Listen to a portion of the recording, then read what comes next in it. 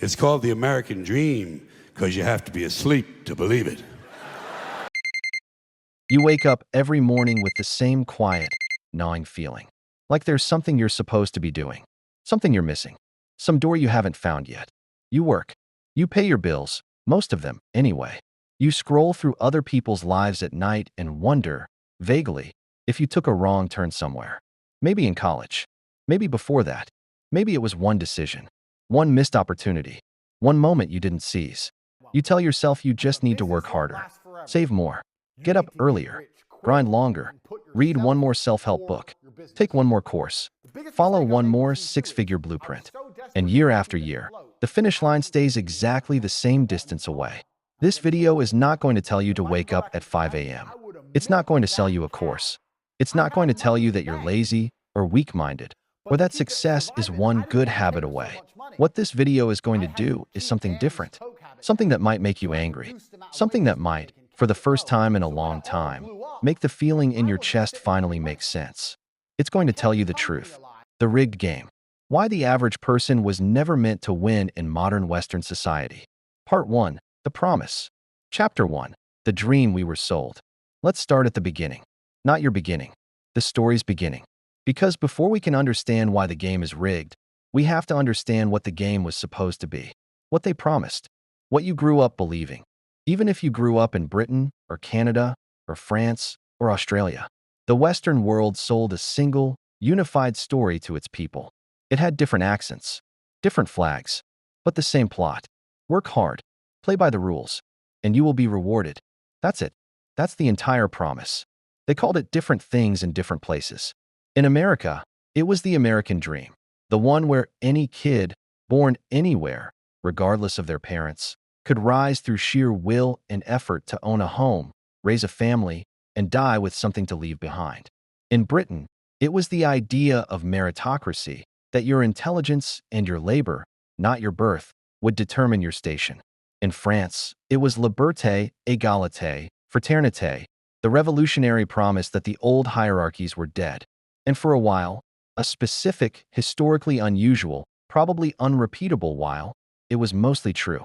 Between roughly 1945 and 1975, something extraordinary happened in the Western world.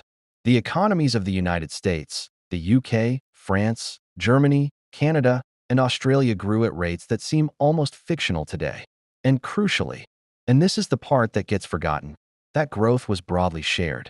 In America, during this period, a man with a high school diploma could get a factory job, join a union, buy a house with a single income, send his kids to a public school that actually prepared them for life, afford a doctor, and retire with a pension. His kids would, statistically, reliably, do better than him. This was not a myth. This was measurable reality. Economists look back at this era with something approaching awe. The middle class wasn't just growing, it was dominating. Income inequality was, by historical standards, remarkably low. The gap between the richest Americans and the average American had been compressed, partly by New Deal policies, partly by strong unions, partly by high marginal tax rates on the wealthy, partly by the particular economic circumstances of a world where Europe and Asia had been bombed flat and America was the only industrial power standing. The dream worked. Not for everyone. Black Americans, women, immigrants, the disabled were systematically excluded from much of it. The dream was deeply unfair in who it let in. But for the white working class, for the first time in human history, the promise was largely real.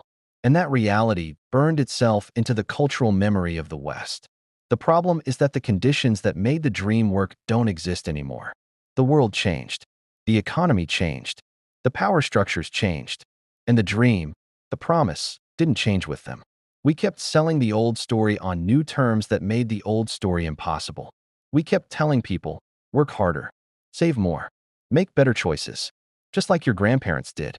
But your grandparents didn't have student loans. Your grandparents didn't have a housing market inflated beyond all reason by financial speculation. Your grandparents didn't face a labor market where automation was eating entire industries while the gains went entirely to shareholders. Your grandparents lived in an economy where the rules, imperfect as they were designed at least in part to let them win. You live in an economy designed, not by accident, not by fate, but by deliberate policy choice over 50 years to make sure the winnings go somewhere else. And nobody, almost nobody, is telling you that. Instead, they tell you that you're not working hard enough. This is where we begin.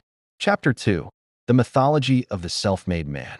There is perhaps no more powerful, more persistent, more deeply believed mythology in the modern Western world than the myth of the self-made man. The story goes like this. Somewhere out there is a person, maybe it's you, who started with nothing, or almost nothing, who had a vision, a drive, a refusal to accept limitations, who worked when others slept, who took risks when others played it safe, who believed when others doubted, and who, through the pure force of their individual will and talent, built something from nothing, became rich, became free. We worship these people. We put them on magazine covers. We watch their TED Talks. We buy their books. We name our children after their companies. We hang their quotes on our office walls. And there's a reason this story is so powerful. It contains a grain of truth surrounded by an ocean of omission. Yes, Elon Musk is extraordinarily driven and extraordinarily intelligent. Yes, Jeff Bezos worked incredible hours in the early days of Amazon. Yes, many successful people possess genuine talent and genuine work ethic. But here's what the myth carefully omits. Elon Musk's father owned an emerald mine in apartheid South Africa. Elon got a $28,000 loan from him that, in the 1990s, was enough to cover 2 years of tuition at Queen's University. He then attended the University of Pennsylvania on scholarship, one of the most expensive private universities in America. He moved to Silicon Valley at a time when venture capital was being thrown at anyone with a halfway decent pitch and a Stanford email address. Jeff Bezos's parents invested $250,000 of their savings in Amazon when it was a startup, in 1995 dollars. That's roughly $500,000 today. His father was a Cuban immigrant who became a successful oil industry executive at ExxonMobil. Bezos himself went to Princeton, one of the most elite universities in the world, where his intelligence was nurtured and his network was built. Mark Zuckerberg grew up in a wealthy suburb of New York, went to Exeter, one of the most expensive private prep schools in the country, and then to Harvard, where he had access to servers, support systems, and a built-in user base of tens of thousands of wealthy, connected young people to test his product on. Now, is any of this to say these men didn't work hard? Didn't have talent? Didn't make good decisions? No, they did. Genuinely. But here is the question the mythology never asks. How many equally intelligent, equally driven, equally talented people were born in Detroit or rural Appalachia or a council estate in Birmingham or a banlieue outside Paris and never got the loan, never got the network, never got the private school education, never got the safety net that lets you take risks when you have no money? How many of them are driving a delivery truck right now? How many of them are working a second job at 11 p.m.? The mythology of the self-made man serves a very specific function in modern society. It is not there to inspire you, though you may feel inspired by it. It is there to explain away the failure of the system. It is there to ensure that when you don't make it, and statistically, you won't make it in the way they describe, you blame yourself and not the architecture that was designed to stop you. If anyone can make it, then those who don't have only themselves to blame. It is one of the most elegant, most durable, most destructive lies ever told. Chapter 3. The Postwar Compact and its Deliberate Destruction. To understand why the game is rigged now, you have to understand the moment when it was deliberately unrigged. And that moment has a name and a date. It began in the late 1970s and accelerated through the 1980s, and the names most associated with it are Ronald Reagan in the United States and Margaret Thatcher in the United Kingdom. But here's the thing, and this is important to understand. They didn't just change economic policy. They changed the story.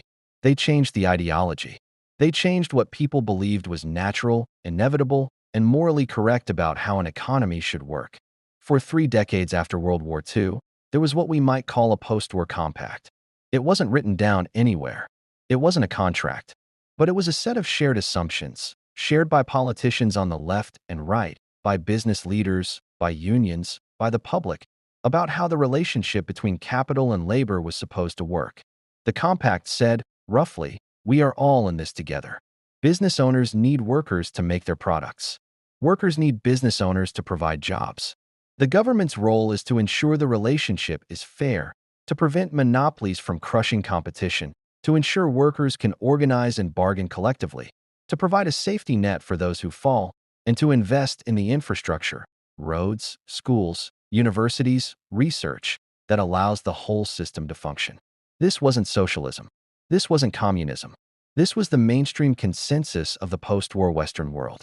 Dwight Eisenhower, a Republican president, oversaw the construction of the interstate highway system and warned, in his farewell address, against the military-industrial complex. The top marginal tax rate in the United States during the 1950s, a period of extraordinary economic growth, was 91%. Nobody was eating the rich. The rich were getting very rich. But there were guardrails. And then came the argument that changed everything. It came from a group of economists, most famously associated with the University of Chicago, Friedrich Hayek, Milton Friedman, and their students. Their argument was, at its core, this: the government is bad at economics. Regulation stifles innovation. Unions distort the natural labor market. High taxes on the wealthy remove the incentive to invest. If you simply let the market be free, truly free, unencumbered by government intervention, it will naturally find the optimal distribution of resources, and everyone will benefit. This was called, in various forms, monetarism, supply-side economics, neoliberalism, or, in Reagan's famous formulation, the idea that if you cut taxes on rich people, the money will trickle down to everyone else.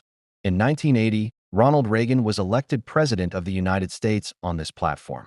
In 1979, Margaret Thatcher became Prime Minister of the United Kingdom on this platform. What followed was not an experiment. It was a transformation. Top marginal tax rates were slashed. In the U.S., from 70% to 28% by the end of Reagan's tenure. Unions were systematically attacked. Reagan famously fired 11,000 striking air traffic controllers, a signal to all of corporate America that the government's protection of organized labor was over. Financial regulations were loosened. Banking rules were dismantled. Industries were deregulated. Antitrust enforcement was gutted. Public investment in infrastructure and education was cut. Social safety nets were pared back and increasingly means-tested with humiliating bureaucracy attached. In the UK, Thatcher's government broke the miners' unions in a brutal, years-long confrontation. Council housing, affordable public housing that had given working-class Britain security for decades, was sold off and not replaced. Industries were privatized. The financial sector was deregulated in the Big Bang of 1986. The same policies spread through the IMF and World Bank across much of the Western world. By the 1990s, even ostensibly left-wing governments, Bill Clinton in the US, Tony Blair in the UK, had adopted much of the framework. It became so pervasive that it ceased to feel like ideology and began to feel like weather, just the way things were. Now, did it work? That depends entirely on who you're asking. If you're asking the top 1% of earners, the people who own most of the capital, it worked spectacularly. The 40 years between 1980 and 2020 were the greatest period of wealth accumulation for the already wealthy in recorded human history. If you're asking the average working person, the bottom 90%, the story is very, very different. And that story is what this video is about. Part 2, The Trap. Chapter 4, The Numbers Don't Lie, The Wealth Gap in Real Terms. Data visualization, graphs showing income inequality over time. The famous hockey stick chart of wealth concentration. Let's talk numbers, because sometimes you need to see it laid out coldly to feel the full weight of it. In 1978, just as the neoliberal revolution was beginning, the top 1% of Americans owned about 22% of total national wealth. By 2020, they owned approximately 38%. The top 0.1%, 1 in 1,000 people, own about 20% of all wealth in the United States. Meanwhile, the bottom 50% of Americans, 165 million people, owned less than 2% of total national wealth. 2%. Between them. All of them. Let me give you a different way to think about this. In 2021, Elon Musk's net worth increased by roughly $121 billion in a single year. That is more money than the combined annual income of every single worker in the bottom quintile of American earners. Not their wealth, their income. All of it. For a year. In 2020, during a global pandemic that killed hundreds of thousands and threw tens of millions of people out of work, America's billionaires increased their wealth by $1.3 trillion. Trillion, with a T, in 1 year. While people died, while food banks ran out of food, while nurses reused single-use masks. The Oxfam report of 2022 found that the 10 richest men in the world doubled their fortunes during the pandemic. Meanwhile, the income of 99% of humanity fell. But okay, maybe you're thinking, so what? Rich people getting richer doesn't necessarily mean poor people getting poorer. A rising tide lifts all boats, right? That's actually one of the most frequently cited counterarguments. So let's deal with it directly. First, it only works if there's actually a rising tide. And for the bottom half of wage earners in the United States, there really hasn't been. The median real wage, that is, wages adjusted for inflation, for non-college educated workers has barely moved since the 1970s. In real terms, a factory worker in 1975 and a factory worker in 2025 are earning roughly the same wage. 50 years. No progress. Second, even where wages have technically risen, they have risen far, far less than productivity. Between 1979 and 2020, worker productivity in the United States, the amount of economic output each worker generates per hour, grew by about 61%. During the same period, wages for the median worker grew by about 17.5%. The worker got 17% of the benefit of the efficiency gains they created. The rest, the other roughly 44 percentage points of growth, went to capital owners. Let me say that again, because it's one of the most important sentences in this entire video. Workers got 17% of the benefit of their own increased productivity. Owners got the rest. This is not fate. This is not the natural order of things. This is the direct, measurable result of policy decisions made over 50 years that systematically shifted power from workers to capital. In 1965, the average American CEO earned about 21 times what the average worker in their company earned. By 2022, the ratio was approximately 344 to 1. 344 to 1. In 1965, a CEO who made $200,000 had workers making about $9,500. By 2022, a CEO making $30 million has workers making about $87,000, which sounds okay until you realize that $87,000 in an American city with modern housing costs, childcare, healthcare, and student debt is, for many people, genuinely not enough to get ahead. Not enough to save. Not enough to build a future. Just enough to keep going. The UK tells a similar story. Between 1980 and 2020, the share of national income going to the top 1% roughly doubled. The share going to wages declined. The people at the top of FTSE 100 companies earn, on average, 109 times what their median employee earns. Everywhere in the Western world, the share of economic growth captured by those who already have the most has been accelerating for 4 decades. Chapter 5. The Housing Trap. Your biggest dream is their best investment. If you want to understand why the average person can't win in the modern Western world, you have to understand what happened to housing. Because housing is not just shelter. In the modern Western economy, housing has become the primary mechanism through which wealth is transferred between generations, and the primary mechanism by which people, without inherited wealth, are locked out. Let me walk you through what happened. After World War II, Western governments made a deliberate decision to encourage homeownership. In the United States, the GI Bill made low-interest mortgages available to returning veterans. The Federal Housing Administration guaranteed mortgages. The highway system made vast new suburbs accessible. Local zoning laws, initially designed for legitimate reasons, began allowing single-family housing at scale. The middle-class homeowner was born as a policy choice. And for several decades, it worked.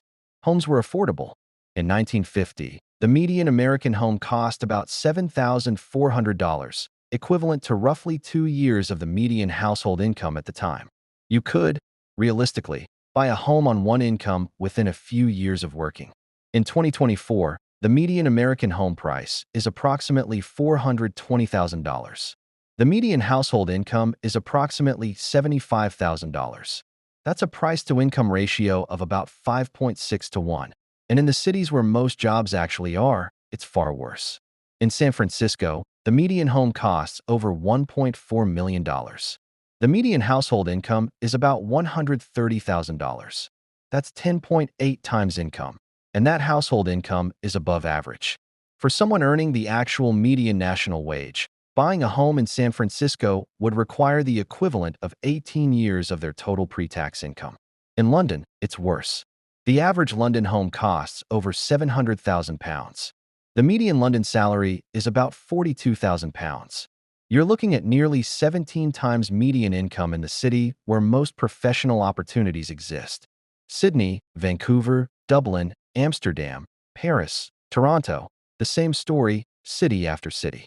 The places where opportunity concentrates are the places where ordinary people have been priced out of the housing market. And this didn't happen by accident. Housing became an investment vehicle. In many ways, it became the investment vehicle, the primary store of wealth for the middle class that owned homes, and the primary source of intergenerational wealth transfer. And when your home is an investment, you want its value to go up. Every homeowner who votes, who writes to their city councilor, who shows up at planning meetings, has a direct financial interest in restricting new housing supply. More houses means lower prices. Lower prices means your nest egg shrinks. So they restricted supply through zoning laws that forbid anything but single-family homes on vast swaths of urban land. Through not in my backyard campaigns against apartment buildings. Through heritage designations, height restrictions, parking minimums, setback requirements, a labyrinthine web of regulations that exist, at their core, to protect the asset value of people who already own homes. In San Francisco, one of the most housing-restricted cities in the world, it takes on average 5 to 10 years to get approval for a new apartment building. 5 to 10 years of community meetings, legal challenges, environmental impact reviews, by which time the economics may no longer make sense and the project gets shelved. The result is a two-tiered society. Those who got in before the prices exploded, typically the baby boomer generation and older, who now sit on equity that has multiplied several times over, and who represent the voting majority. And those who came after, millennials, Gen Z, who face home prices so disconnected from wages that ownership is a statistical impossibility. Let's make this concrete. A 30-year-old in 1975 in a typical American city earning the median wage could, with disciplined saving, expect to save a 20% down payment on a median home within 3 to 4 years. The mortgage payment would be roughly 25% of their take-home pay, considered the traditional upper limit of what's financially prudent. A 30-year-old in 2024 in a typical American city earning the median wage, also saving disciplinedly, is looking at 8 to 15 years to save the same proportion of a down payment, because the prices have grown much faster than wages, and because they're also dealing with student debt, higher rents, and healthcare costs that didn't exist in the same form in 1975. And if they borrow at current mortgage rates, which in 2023 briefly hit 8%, the highest in decades, that monthly payment on a median home would be approximately 45% of median take-home pay. Not 25%, 40% of your income on housing, before food, transport, healthcare, childcare, or anything that makes life worth living. And if they're renting in the meantime? In 2024, the median American renter spends about 30% of their pre-tax income on rent. In major cities, it's 40%, 50%, even higher. The Department of Housing and Urban Development defines housing as unaffordable when it exceeds 30% of income. By that definition, roughly half of all American renters live in unaffordable housing.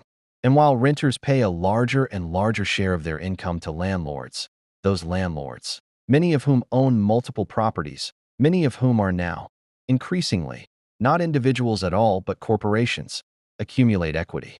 They accumulate wealth. They get richer while their tenants get poorer because the system is designed to transfer wealth from renters to owners. You pay their mortgage. You build their equity. You have nothing to show for it. And then, and here is the cruelest part, we tell the young person who can't afford a home that they should stop buying avocado toast. Chapter 6. The Debt Machine. How they turned your ambition into their revenue. Once upon a time, you had to be rich to go to a good university in the Western world. The working class was largely shut out.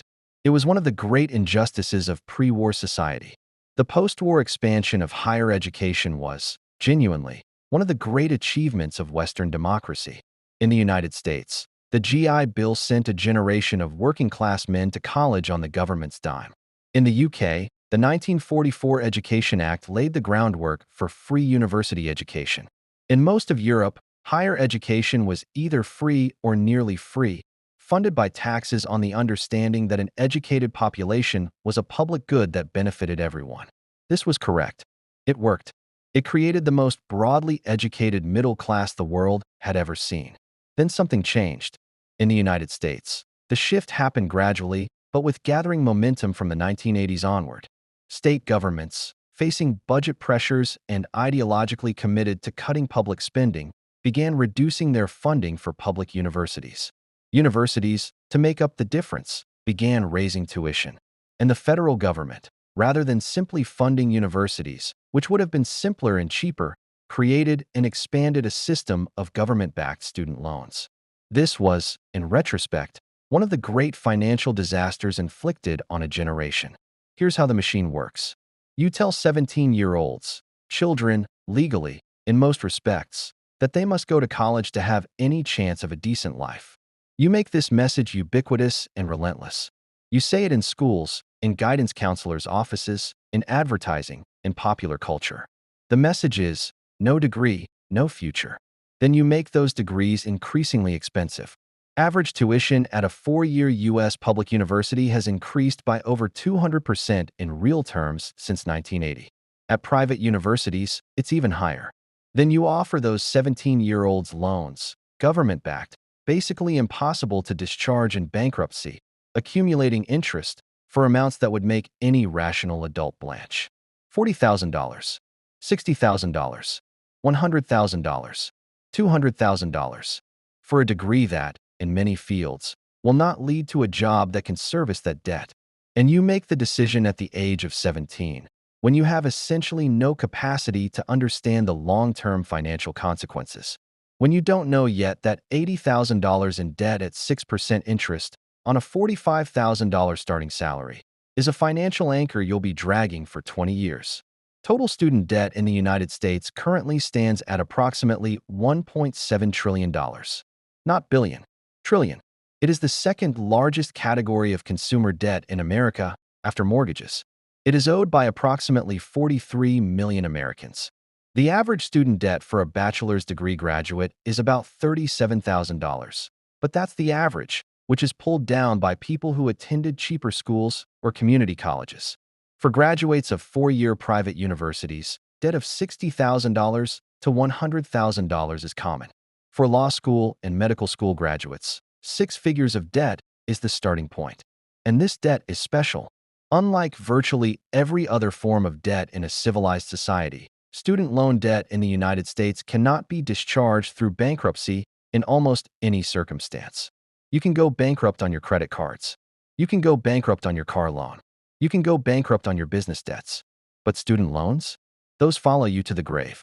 They can be taken from your Social Security benefits if you're still paying them when you're 65. In the UK, the system is different in its mechanics but similar in its effect. Since the introduction of £9,000 a year tuition fees in 2012, subsequently raised to £9,250, British graduates leave university with average debts of approximately £45,000. The system is technically income contingent. You only pay back a percentage of earnings above a threshold, but the psychological weight of the debt and the interest that accrues on it represents a significant additional tax on the earnings of every graduate who didn't come from a wealthy family. A student from a wealthy family in the UK often has their fees paid by parents and graduates debt-free. A student from a working-class family graduates with £45,000 in debt. They enter the same job market. They are starting from fundamentally different positions. And then we wonder why social mobility has stalled. Here's what student debt does to your life. It delays every other financial milestone. People with significant student debt buy homes later, or not at all. They have children later, or fewer of them. They take lower-paying jobs because the risk of entrepreneurship, of starting a business, of taking a pay cut to build something. All of that becomes impossible when you have a debt payment that cannot be escaped. It funnels people into higher-paying, but often less socially valuable work. The young person who wanted to be a teacher, a social worker, a nurse, a musician, or a journalist finds themselves doing something soul-crushing in finance or tech or consulting because only those salaries can service the debt incurred getting the credentials. It creates anxiety that is, by now, well documented in the mental health literature. A generation of people starting their adult lives with six-figure debt, in a housing market they can't afford, in a job market that offers less security than their parents knew, in a healthcare system that requires their own insurance.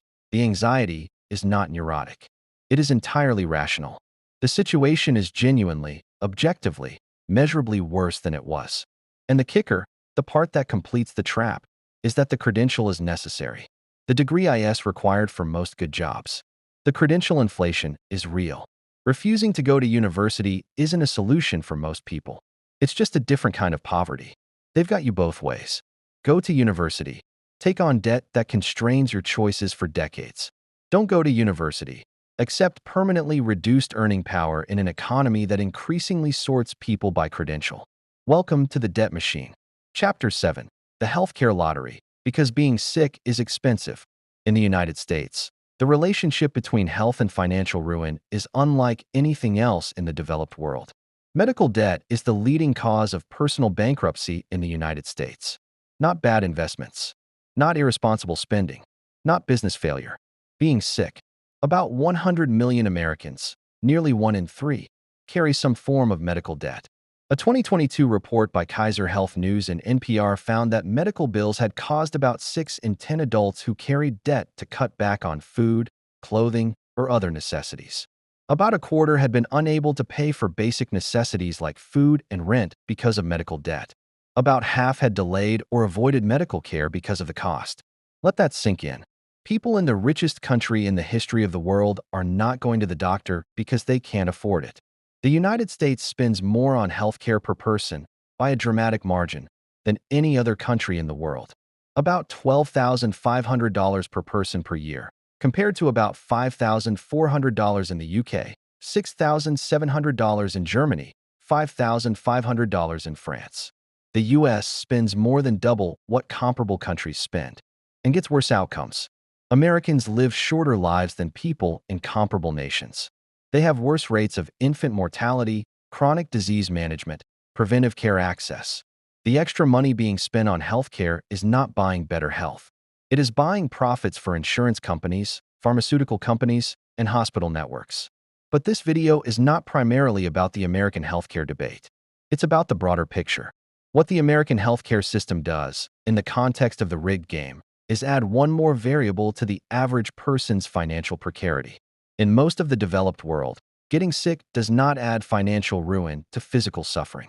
In the US, it can and does for millions of people. And even in countries with universal healthcare, the UK, Canada, France, Australia, the systems are under strain. NHS waiting lists in the UK are, as of 2024, longer than they have ever been. Over 7 million people in England are waiting for treatment. The service that was once the envy of the world is being ground down by underfunding and, critics argue, deliberate weakening in preparation for greater privatization. Here's the cruelest part of the American version of this story. Most healthcare in America is tied to employment. You get insurance through your job, which means if you lose your job, you lose your healthcare. At the moment you are most financially vulnerable, at the moment you most need security, your safety net is pulled out. If you want to start a business, if you want to pursue the entrepreneurial dream they sell you, you have to figure out how to buy your own health insurance on the open market at costs that can easily run $500 to $1,000 a month for a family without the employer's subsidy. That's $6,000 to $12,000 a year before you've paid for anything else. For the vast majority of people, this is not manageable. So the healthcare system, by design, not by accident, chains workers to employers. It discourages the risk-taking that the mythology of the self-made man celebrates. You can't be an entrepreneur if being sick will bankrupt you. You can't follow your passion if your passion doesn't come with a health plan. The system says, dream big, just not so big that you need to leave your corporate job to pursue it. Chapter 8. The job market, where you're a cost, not a person. Let's talk about work itself. Because the fundamental relationship between a worker and an employer has been transformed, quietly, systematically, and almost entirely in the employer's favor over the past 50 years. We start with the decline of the union. In 1950, About 35% of American workers were members of a union. Today, that number is about 10%, and mostly in the public sector. In the private sector, union membership is down to about 6%. In the UK, union membership peaked at about 13 million in 1979. Today, it's roughly 6.4 million, representing about 23% of workers, still higher than the US, but significantly reduced. Why does this matter? Because unions are, at their core, the mechanism by which workers aggregate their bargaining power. An individual worker, facing an individual employer, has almost no leverage. The employer has capital and can afford to wait. The worker has bills and usually cannot. Without unions, the negotiation is entirely one-sided. With unions, workers could bargain collectively, could threaten to withdraw their labor, could extract concessions, wages, conditions, benefits, job security, that the market, left entirely to itself, would not provide. The systematic destruction of union power over the past 50 years is directly correlated with the divergence between productivity and wages. When unions were strong, wage growth tracked productivity growth. As unions weakened, the gap opened. This is not coincidence. This is causation. But the transformation of work goes beyond unions. The past 2 decades have seen the rise of what economists call fissured work, the fragmentation of the employment relationship in ways that systematically benefit employers and harm workers. Consider the gig economy. Uber, Deliveroo, TaskRabbit, Upwork, DoorDash. These platforms have created a new category of worker, technically self-employed, but in practice working for a single platform, under that platform's rules, at rates the platform sets, with the platform able to deactivate them at any time for any reason. These workers do not get sick leave, do not get holiday pay, do not get pension contributions, do not get guaranteed minimum hours, do not get protection from unfair dismissal, do not get overtime pay. The companies that employ them, and let's be clear, despite the legal fiction, Uber does employ its drivers in any meaningful functional sense, have stripped out every single employment right that took workers a century to win by reclassifying their workers as independent contractors. The platforms benefit from scale and network effects and venture capital subsidies that allow them to price below sustainable market rates. The workers bear all of the risk, none of the upside. This is the gig economy, the industrialization of financial risk transfer from capital to labor. And it isn't just gig workers. The concept of the 0 hours contract, common in the UK, eliminates the guarantee of any minimum hours. You are employed, technically, but your employer can give you 0 hours in any given week. You must be available. You cannot take other commitments. But there is no obligation to pay you. In the United States, millions of retail and hospitality workers are employed on just-in-time scheduling, where their shifts are set, changed, or canceled with very little notice, sometimes 24 hours or less. Planning childcare, medical appointments, a second job, or simply a life becomes nearly impossible.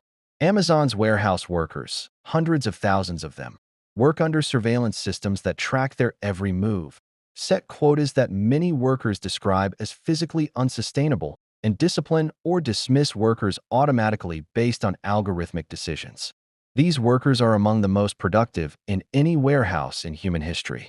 They are also frequently unable to take bathroom breaks without risking a warning on their record. The terms of employment in much of the modern economy are, in many ways, more extractive than they were in the 1970s. More measurable, more surveilled, more precarious. And yet, mysteriously, we keep being told this is progress. And then there's automation. For 20 years, economists and technologists have been debating the impact of automation and artificial intelligence on employment. The jobs will be different, not gone, said the optimists. Basic income will save us, said the futurists. The reality, so far, is this. Automation has indeed destroyed millions of jobs, primarily in manufacturing and routine clerical work. It has created some new jobs. But the new jobs that have been created are, broadly, in 2 categories: very high skill, very well-paid work, software engineers, data scientists, AI researchers, and very low skill, very low-paid work, gig workers, service workers, care workers. The middle skill, middle-paid jobs that form the backbone of the middle class, has hollowed out. This is called the polarization of the labor market, and it's been happening since the 1980s.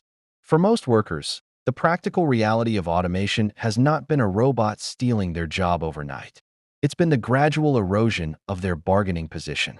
The subtle constant presence of the possibility that they could be replaced by a machine, by offshored labor, by someone more desperate, which keeps wages low and compliance high.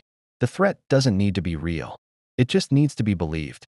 And they make sure it's believed. Part 3. The Machinery. Chapter 9. The Financial System. The casino you're not allowed to win at.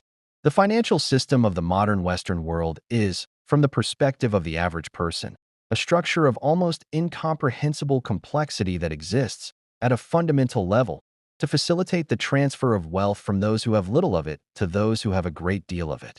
That sounds like a conspiracy theory. It's actually just a structural description. Let me walk through the pieces. First, savings. You are told, from childhood, to save, to put money in a bank, to delay gratification, to set aside for the future. This is fundamentally good advice, and it used to be actually functional advice. In the 1980s, a savings account might earn 8% to 10% per year, keeping pace with or exceeding inflation. In the decade following the 2008 financial crisis, central banks across the Western world cut interest rates to near zero and kept them there. The justification was economic stimulus. And it did stimulate, but primarily by inflating asset prices. Stocks went up, real estate went up, bonds went up. Everything that wealthy people disproportionately own went up dramatically in value. Meanwhile, savings accounts paid essentially nothing. 0.01%, 0.05%, less than the rate of inflation. The person who did the right thing, who saved diligently, who kept their money safe in a bank, had their purchasing power quietly eroded year after year. The investor who owned stocks, as wealthier people disproportionately do, saw their wealth compound spectacularly. In the United States, the top 10% of income earners own approximately 93% of all stocks. The bottom 50% own essentially none. When the stock market goes up, as it has, dramatically, since the 1980s, the gains go overwhelmingly to people who were already wealthy. This is not controversial economics. It is well-documented fact. The Federal Reserve publishes the data. Low interest rates, quantitative easing, stock buybacks, dividend payments. All of these mechanisms of modern financial policy have one consistent effect. They transfer wealth to those who already have assets. The people without assets, which is to say, the bottom half of the population, get essentially none of the benefit and bear all of the risk when the bubble eventually bursts. And when the bubble bursts, consider 2008. The financial crisis triggered by irresponsible, often fraudulent, behavior by major banks, creating complex derivative instruments backed by mortgages they knew were bad, selling them to investors while secretly betting against them, caused the greatest economic crisis since the Great Depression. Over 8 million Americans lost their jobs. Over 10 million lost their homes. Trillions of dollars of middle-class wealth, primarily in the form of home equity and retirement savings, evaporated. The banks that caused this were bailed out with approximately $700 billion in public money, the TARP program. The executives who led those banks were not prosecuted. Many of them received bonuses in the year of the bailout. 1. Banker. Went. 2. Jail. 1. For the largest financial fraud in human history. The message could not have been clearer. The financial system will capture your wealth in the good times and pass its losses to you in the bad times. Heads they win. Tails you lose. This is not conspiracy. This is the documented, recorded history of what actually happened. There's one more piece of the financial machine that deserves attention, and it's one that affects almost everyone: inflation. The standard narrative on inflation is that it's a general rise in prices, bad for everyone, something governments try to control. And the second part is true. Governments do try to control it. But here's what the standard narrative leaves out. Inflation is not uniform. Different assets inflate at very different rates, and the pattern of who benefits from which inflation is not random. Over the past 50 years, the things that wealthy people buy, stocks, real estate, art, collectibles, have inflated dramatically, multiplying the wealth of those who already own them. The things that ordinary people need to buy, housing, education, healthcare, have also inflated dramatically, consuming an ever larger share of ordinary people's income. The things that ordinary people mostly buy, consumer electronics, clothing, food at the margin, have inflated modestly or in some cases deflated due to globalization and manufacturing efficiency.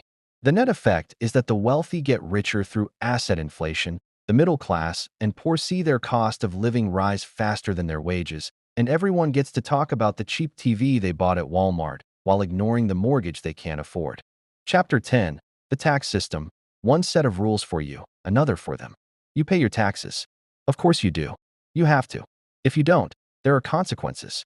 The government takes them out of your paycheck before you even see them, through withholding. If you're self-employed, the IRS or HMRC is watching, and the penalties for non-compliance are substantial. For most ordinary people, tax compliance is not a choice. It's an automatic, enforced reality. Now let's talk about what happens at the very top. In the United States, the federal income tax is theoretically progressive.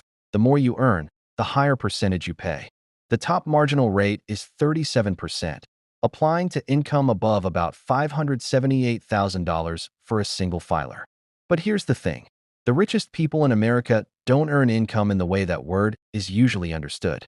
They accumulate wealth primarily through capital gains, the increase in the value of assets they own, primarily stocks. And capital gains are taxed at a maximum rate of 20%, not 37%. So a teacher earning $65,000 in salary pays a higher effective tax rate than a hedge fund manager earning $65 million in capital gains. This is not some obscure loophole. This is the structure of the tax code. Warren Buffett, famously, candidly, has acknowledged that he pays a lower tax rate than his secretary. He's been saying this for 20 years.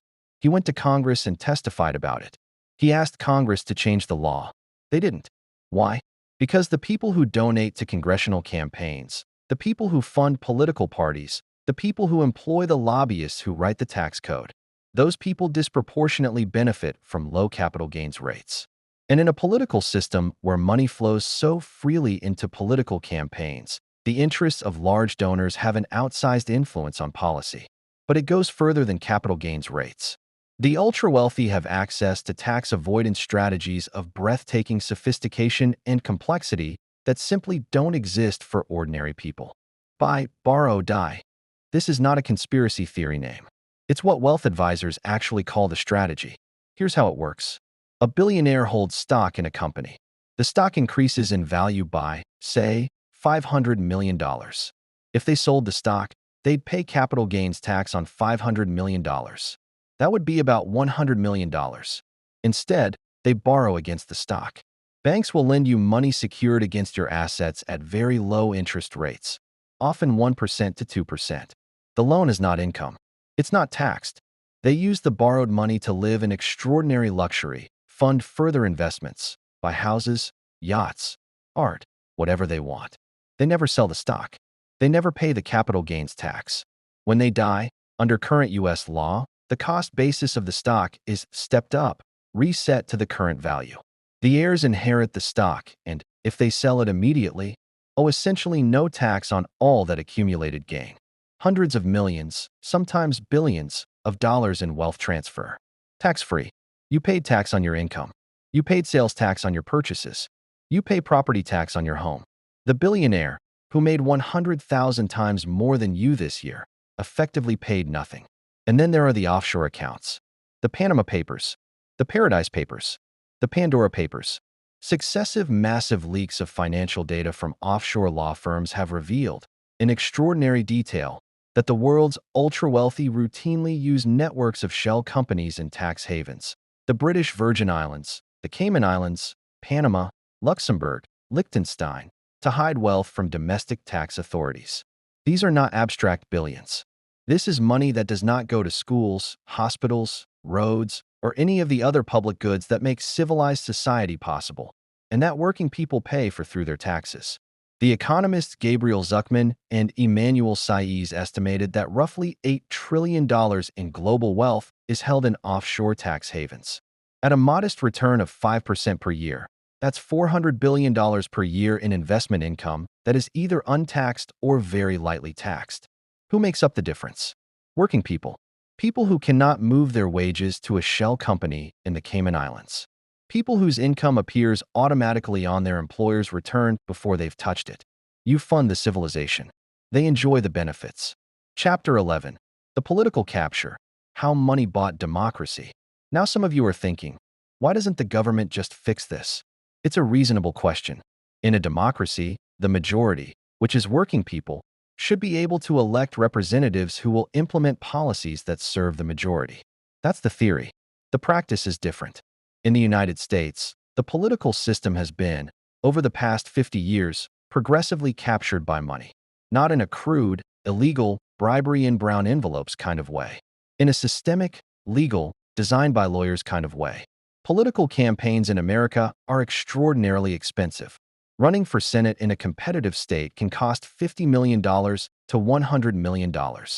Presidential campaigns cost billions. That money has to come from somewhere.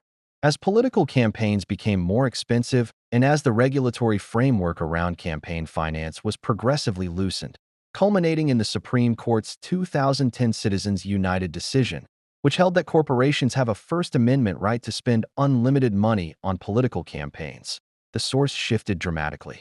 The Citizens United decision was one of the most consequential political decisions of the past century. It opened the door to what are called super PACs, political action committees that can raise and spend unlimited sums of money from corporations, unions, and wealthy individuals, as long as they don't coordinate with campaigns. The coordination rules are loosely enforced. In the 2020 election cycle, total spending on U.S. federal elections exceeded $14 billion. The top 0.01% of donors provided roughly half of that. What does this mean in practice? It means that politicians, regardless of their personal views, regardless of their constituents' preferences, have a very powerful incentive to keep donors happy. Because without donors, they can't get elected. And because the donors are disproportionately wealthy corporations and individuals, their priorities systematically shape policy. There's actually research on this. In a landmark 2014 study, political scientists Martin Gilens of Princeton and Benjamin Page of Northwestern analyzed 1,779 policy outcomes in the United States and concluded that economic elites and organized business interests have substantial independent impact on U.S. government policy, while average citizens and mass-based interest groups have little or no independent influence. They called it testing theories of American politics, elites, interest groups, and average citizens. Their finding: the United States functions less like a democracy, where the preferences of the majority shape policy, and more like an oligarchy, where the preferences of the wealthy shape policy, regardless of what the majority wants. When the preferences of ordinary Americans diverge from those of economic elites, the elites won.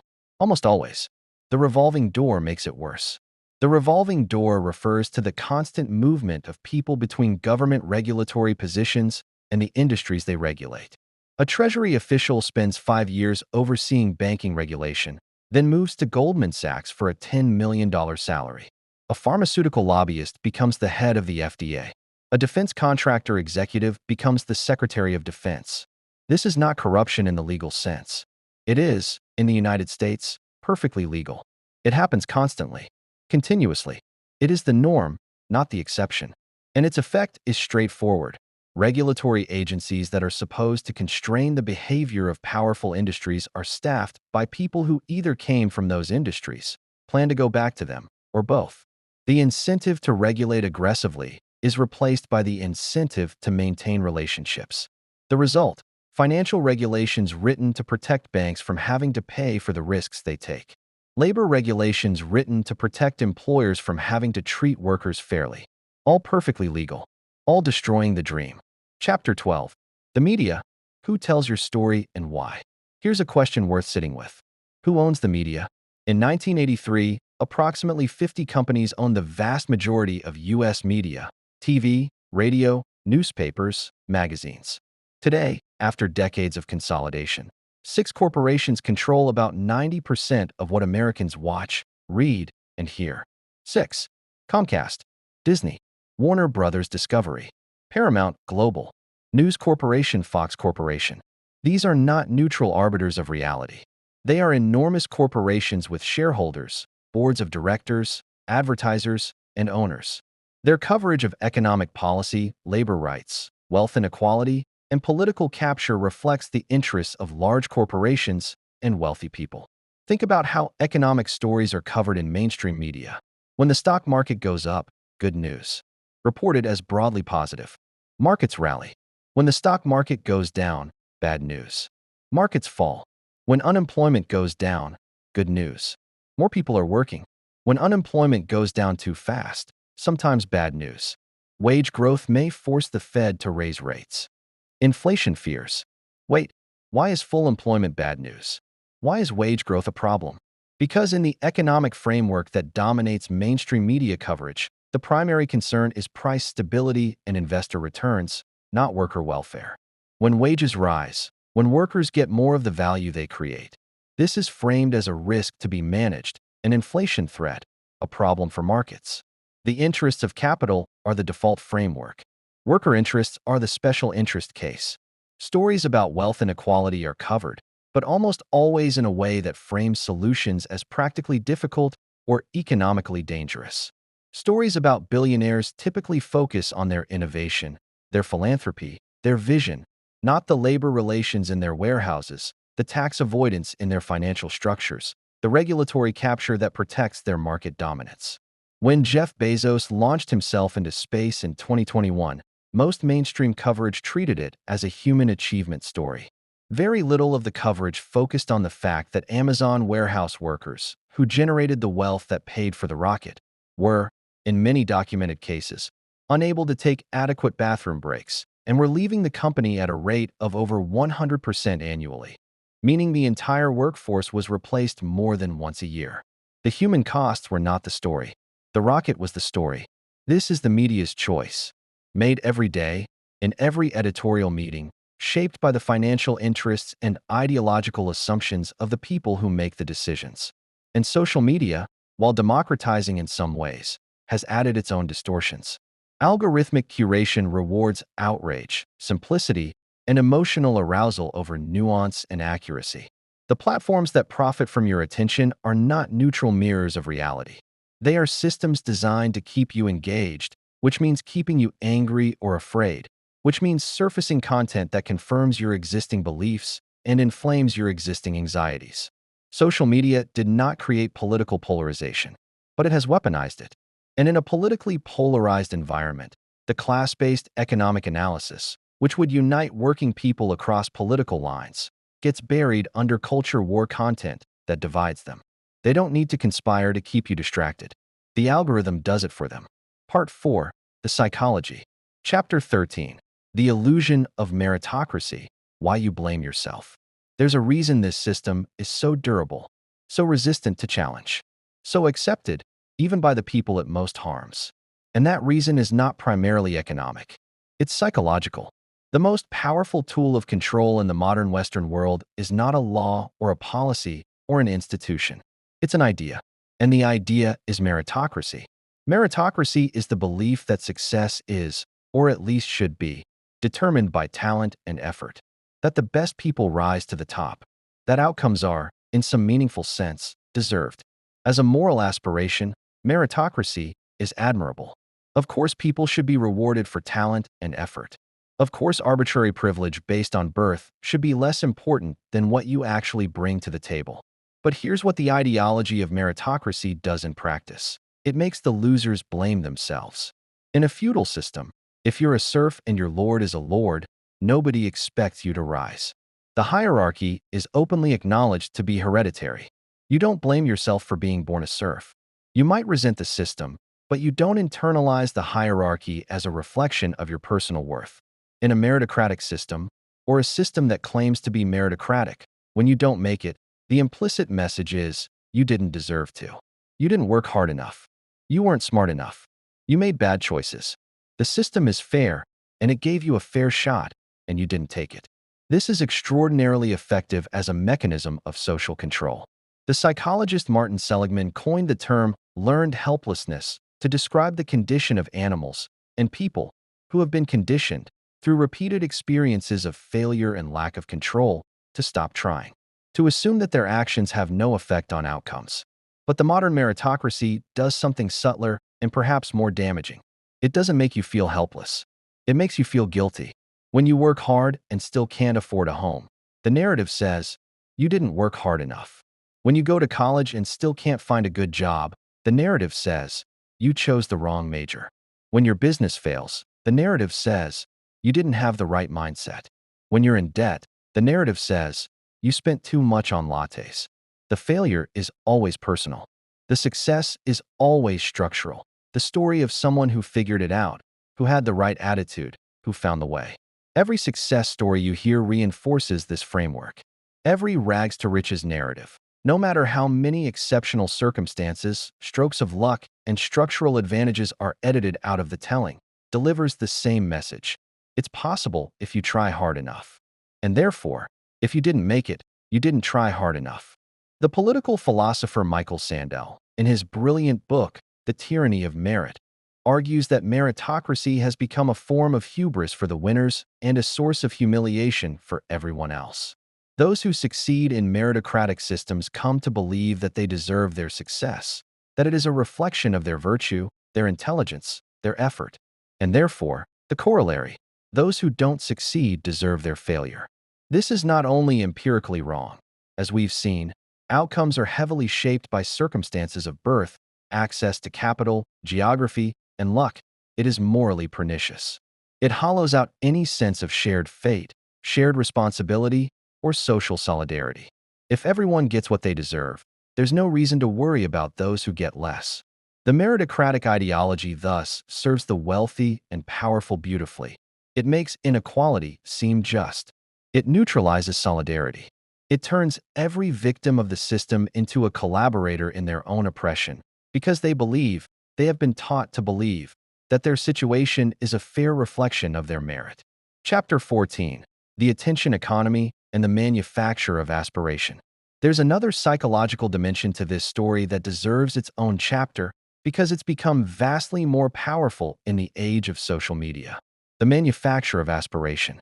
Aspiration, the desire for more, for better, for status, for luxury, is not new. Advertising has been manufacturing aspiration since the dawn of consumer capitalism.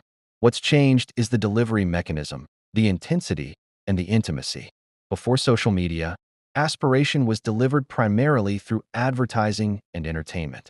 You watched a TV show with aspirational characters. You saw advertisements for things you couldn't afford but were meant to want. The aspiration was somewhat abstract. The people with the nice things were actors or characters.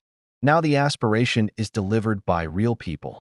Influencers who share their authentic lives, the morning routines, the fitness habits, the investments, the vacations, the business ideas. The aesthetics of success, packaged as authenticity, delivered directly to your phone, personalized to your specific psychological profile by an algorithm that knows exactly which aspirations to surface to keep you scrolling. Here's what this does to the average person. Research consistently shows that upward social comparison, comparing yourself to people who have more than you, reliably reduces well-being. The happiness research is clear on this. Your subjective sense of how well you're doing is significantly influenced not by your absolute level of resources, but by how your resources compare to those around you. In a world where your social comparison set was your actual community, your neighbors, your coworkers, your family, most people could find a way to feel relatively okay about their position. The wealthy lived elsewhere, in neighborhoods you didn't visit. Their lifestyles were not constantly shoved in your face.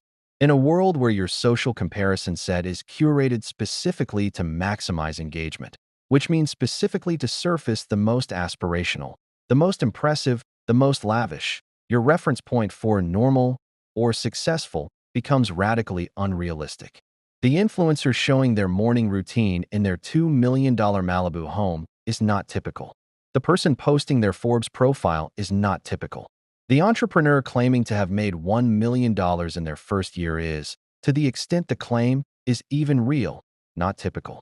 But the algorithm pushes these images to you because they generate clicks, because they generate aspiration, because aspiration generates consumption, the purchase of things that promise to deliver the lifestyle being displayed.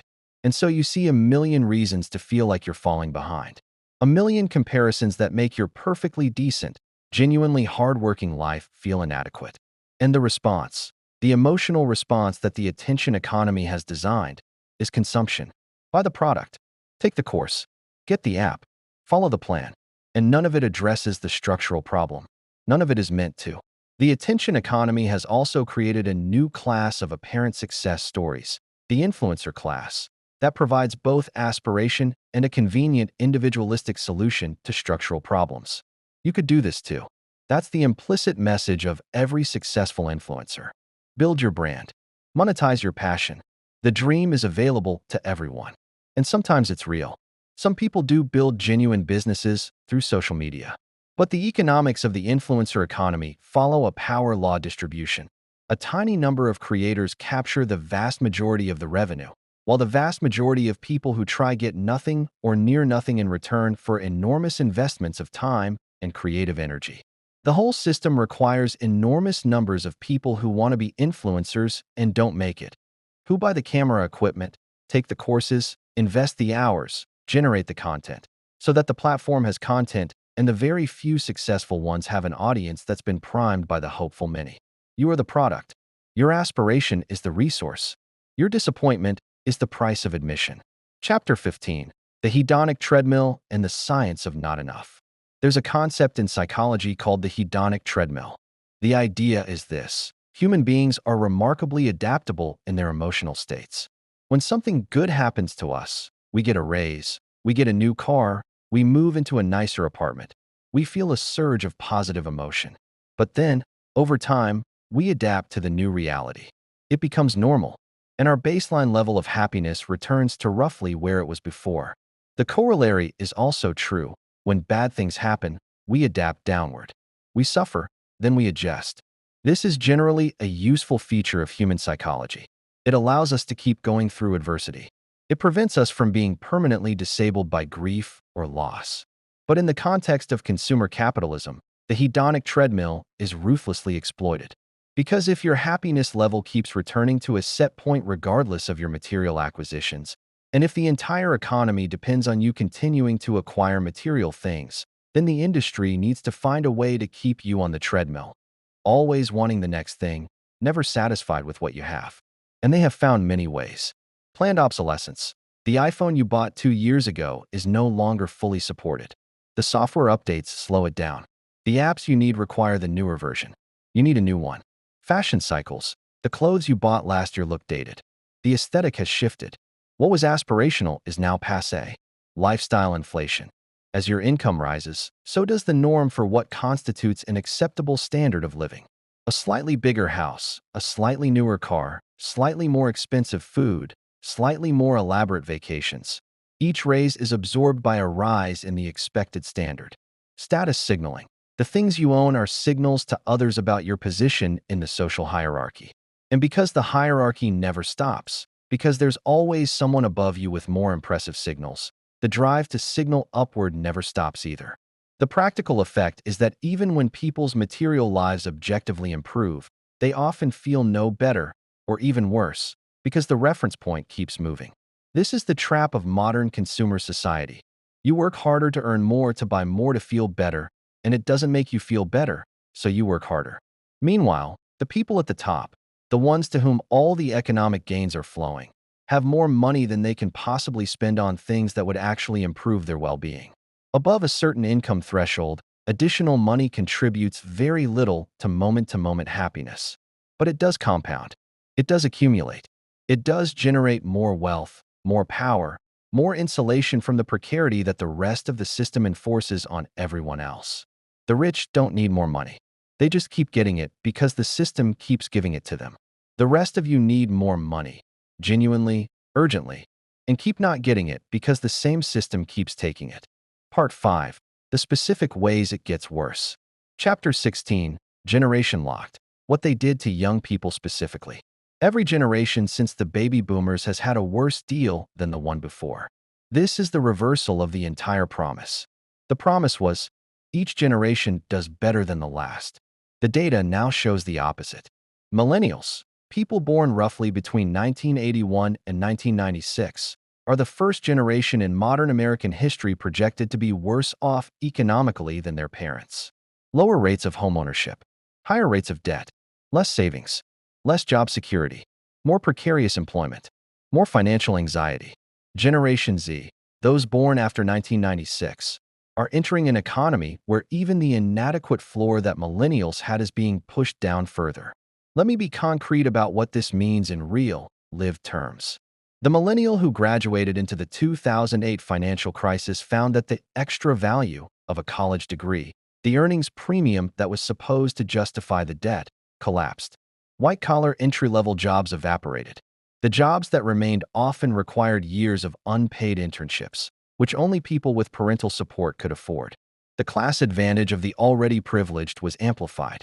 The Federal Reserve's own data tells the story clearly.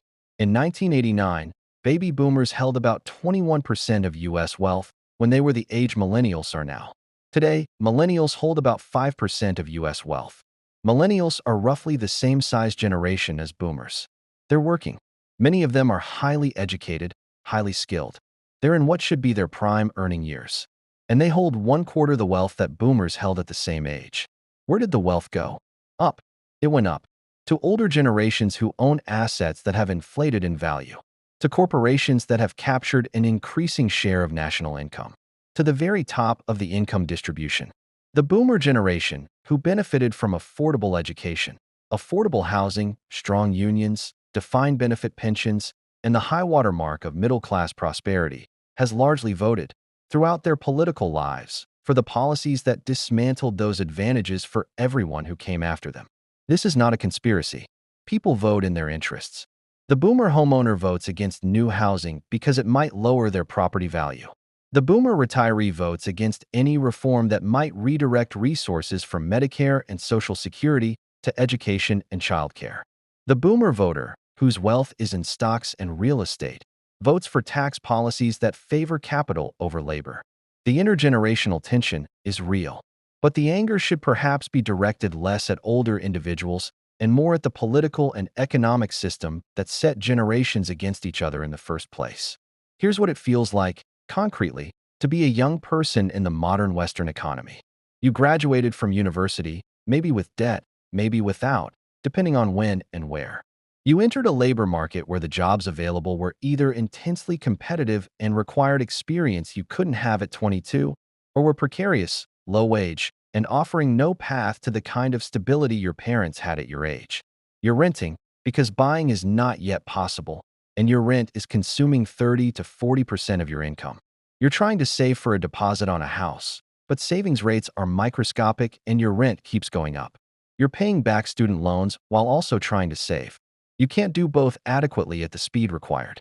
You watch your parents' generation claim that you're entitled, that you're not working hard enough, that they had it just as tough, that it's your avocado toast, your streaming subscriptions, your unwillingness to sacrifice. They bought their house for 3 times their annual salary. You need 17 times your annual salary to buy in the same city. They started work at the same age as you and had a pension automatically enrolled.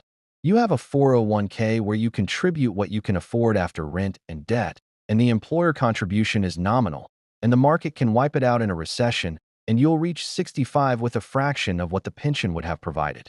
They faced a job market where a degree opened reliable doors.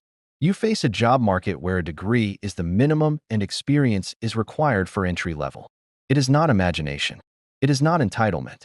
It is the measurable, documented reality of what the system has done to the young. Chapter 17. The Gig Economy and the New Precariat. The sociologist Guy Standing coined the term precariat in 2011 to describe a new emerging class.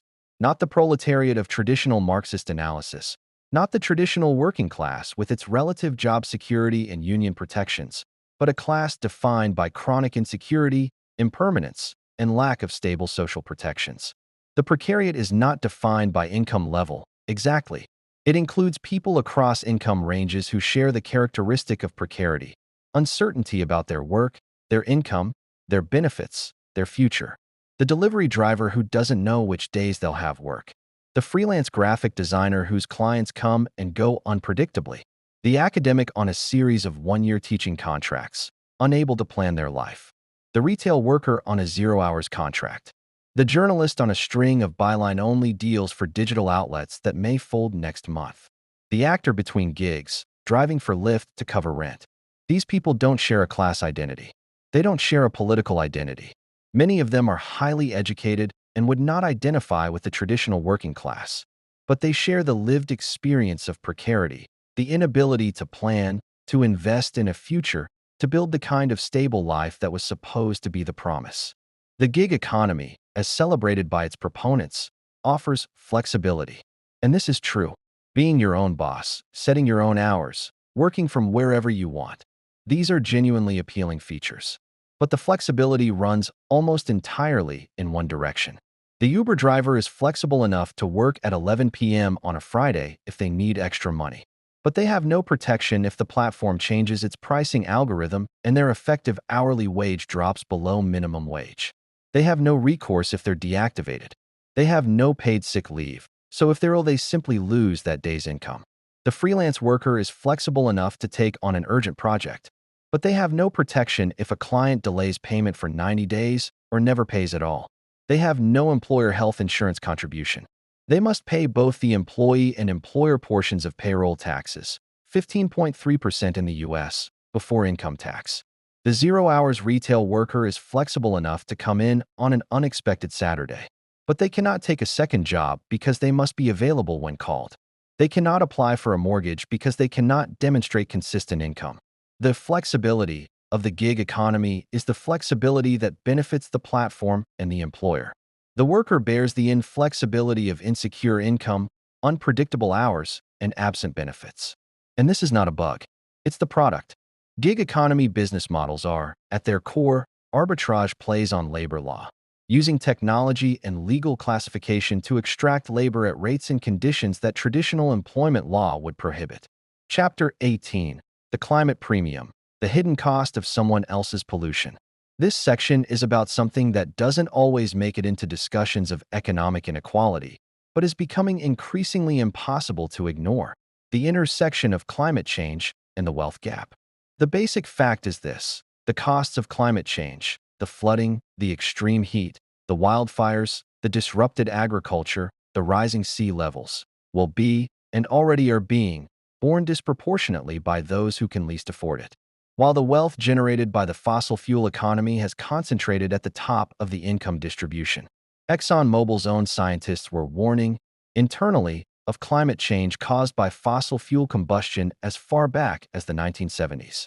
Rather than respond to this knowledge by diversifying their business or supporting a managed transition, the company, and the industry broadly, spent decades and hundreds of millions of dollars funding climate denial, lobbying against climate policy, and ensuring that the transition was delayed as long as possible. The delay was profitable for them. The cost of the delay, the additional warming, the additional disruption, the additional extreme events, will be paid by everyone, concentrated among the poorest. In the United States, it is well documented that low-income and minority communities disproportionately bear the burden of environmental pollution and climate-related risk. They live closer to industrial facilities, highways, and polluting infrastructure. They live in neighborhoods more prone to flooding and extreme heat because land that has historically been devalued is in lower-lying, less tree-shaded areas. They have fewer resources to protect themselves: no air conditioning, no flood insurance, no ability to evacuate and stay in a hotel. When Hurricane Katrina devastated New Orleans in 2005, the people who stayed behind, who suffered the most, who lost their homes permanently, they were disproportionately poor and disproportionately black. Not because they made bad decisions, because they had no means to evacuate and nowhere to go. As the climate continues to warm, these dynamics will intensify. The wealthy will be increasingly able to insulate themselves through better positioned properties, through resources to adapt, through the ability to simply move. The poor will be increasingly trapped in the most vulnerable locations. And the corporations most responsible for the emissions driving this catastrophe will, through bankruptcy procedures, through political lobbying, through the glacial pace of legal accountability, bear essentially none of the cost. The profits were privatized. The costs are socialized. This is the ultimate expression of the rigged game. Chapter 19. The Mental Health Epidemic. when hopelessness becomes pathology. We need to talk about what this system is doing to people's minds. And not in an abstract, sociological way. In a concrete, this is what happens when you design a society around impossible aspirations way. Mental health in the Western world is, by essentially every measure, declining. Rates of depression, anxiety, loneliness, and despair have been rising steadily for decades. In the United States, suicide rates are at their highest level since World War II. Opioid overdoses have killed hundreds of thousands of people in an ongoing crisis that began with pharmaceutical companies pushing addictive painkillers. The political debate around mental health often focuses on individual pathology, access to therapy, medication access. And these matter, but they miss the structural question. Why are so many people miserable in countries that, by historical standards, are extraordinarily materially prosperous? The answer, at least in part, is the gap between the promised life and the accessible life. In 2015, Nobel laureate Angus Deaton and his wife, and Case, published research on what they called deaths of despair, deaths from suicide, drug overdoses, and alcohol, among middle-aged white Americans without college degrees. They found that this group was the only demographic in the developed world experiencing increasing mortality rates, literally dying younger than previous generations. This reversal of life expectancy progress, they argued, was driven not by any specific disease, but by the cumulative despair of people whose economic position and social status had been steadily eroded over decades. People who had done everything right, who had worked hard at blue-collar jobs, as their fathers had, as they'd been told to, and found that the social contract had been torn up. The good jobs were gone. The union protections were gone. The sense of meaningful place in the community was gone. They were dying of the death of the American dream. And while Deaton and Case focused on white working-class Americans, the broader phenomenon is not race-specific. The opioid crisis has devastated Black and brown communities too. The anxiety epidemic cuts across demographics. The loneliness epidemic, what Surgeon General Vivek Murthy has called the defining public health challenge of our time, is universal in the modern Western world. There's a specific kind of psychological harm in the combination of two things: being told you can achieve anything, and then finding that you cannot. Pure poverty. In a society where poverty is acknowledged and there's no pretense of equal opportunity, produces hardship, but not necessarily this kind of shame-inflected despair. If the system is openly unfair, you can, at least, be angry at the system. But in a meritocracy, or a system that claims to be meritocratic, the failure feels personal. The aspiration was installed in you, and then the system failed to deliver, and you don't know exactly where to direct the grief and the anger and the shame. So you turn it inward. This is the cruelest psychological trick of the modern Western economy. It makes structural failure feel like personal failure. And when you can't handle that feeling anymore, when the cognitive dissonance between the dream you were sold and the reality you live becomes unbearable, the options the system offers are consume more, work more, or medicate. Rarely, organize. Rarely, demand change. Rarely, look at the structure and say, clearly and without shame, this is not my fault. Part 6. The Global Picture. Chapter 20. It's not just you. The global context of local suffering. You might be thinking, is this just an American problem? It is not. The dynamics we've been describing, the wealth gap, the housing unaffordability, the student debt, the gig economy, the decline of unions, the financialization of everything, the political capture. These are features of the modern Western world broadly. They manifest differently in different countries, with different intensities and different responses. But the direction of travel has been the same almost everywhere. Let's take a quick tour. United Kingdom. The UK has experienced what economists politely call the longest squeeze on real wages in recorded history, a period, roughly from 2008 to the present, during which real wages have stagnated or declined in a way that has not happened in Britain since the Napoleonic era. The NHS is severely underfunded. Social housing has been sold off without replacement since the Thatcher era, creating a housing crisis that leaves over 1 million people on waiting lists. Food banks, which were virtually non-existent in the 1990s, now number over 2,500 and feed millions of people annually. The UK now has a higher rate of child poverty than any comparable Western European nation. Meanwhile, The number of billionaires in the UK has roughly doubled since 2010. London property values have increased so dramatically that vast tracts of the most economically productive city in Europe are owned by foreign investors using the property market as a financial instrument, leaving apartments empty while working Londoners commute hours from increasingly unaffordable satellite towns. France. France has, by most measures, stronger labor protections and a more robust welfare state than the UK or US. But it is not immune. The Gilets jaunes, the Yellow Vest movement, that erupted in 2018 was, at its core, a revolt of France's working and lower middle class against the precise dynamics we've been describing. A carbon tax increase on fuel, which disproportionately burdened people in rural and peri-urban areas who depend on cars to get to work, while wealthy Parisians could use public transport, triggered an explosion of rage that had clearly been building for years. The movement's demands were not primarily about the fuel tax. They were about wages, about purchasing power, about a sense that the French state serves the comfortable urban class and ignores everyone else. About the gap between the official story of France as a land of social equality and the lived reality of people who were working full-time and falling behind. President Macron, a former investment banker who had been finance minister in a socialist government before founding his own centrist party and winning the presidency, was the perfect symbol of the political class the Gilets jaunes were raging against. Brilliant, credentialed, polished, entirely comfortable, entirely out of touch with the texture of life in a provincial French town. Germany. Germany is often held up as a model of how a wealthy democracy can maintain a large manufacturing sector, strong unions, and relatively equitable income distribution. And it's true that Germany has, in some respects, done better than the UK or US in protecting workers. But Germany has not been immune.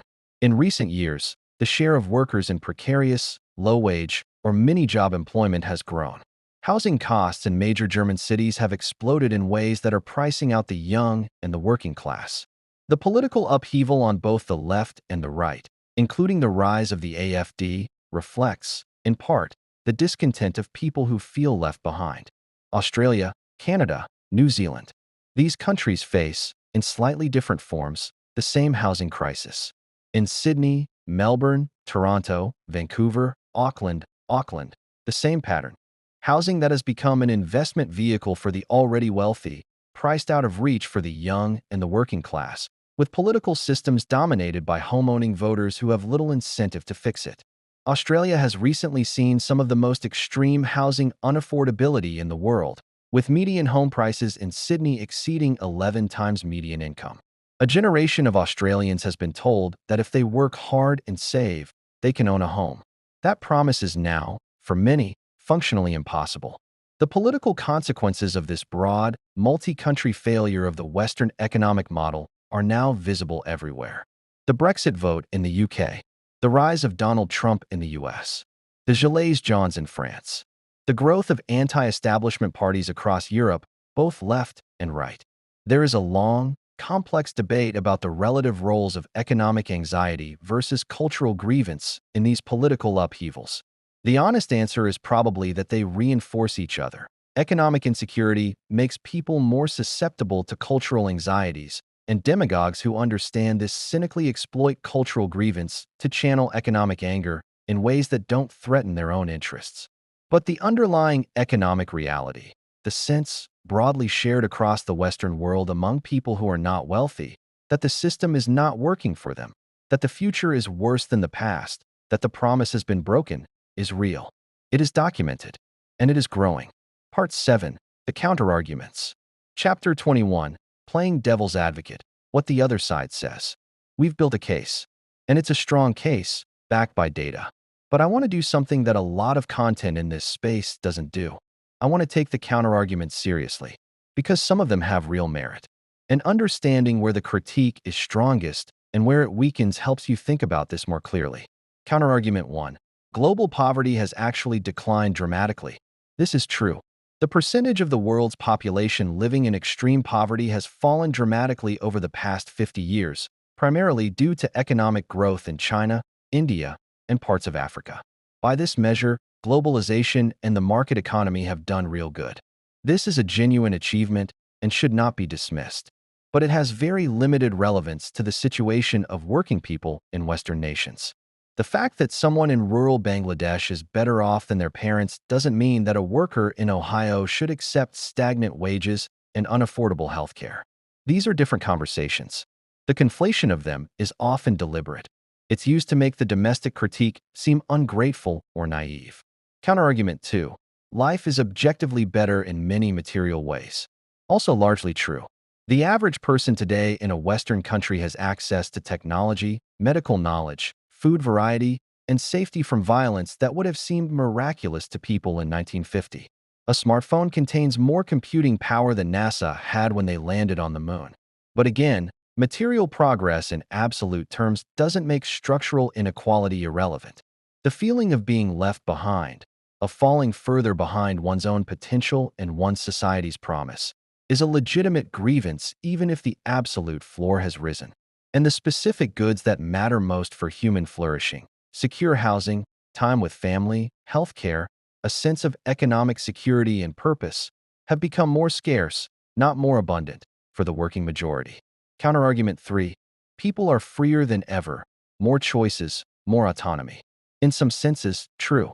In most Western countries, legal freedoms, freedom of speech, freedom of association, freedom from arbitrary arrest, are more broadly distributed than they were in 1950.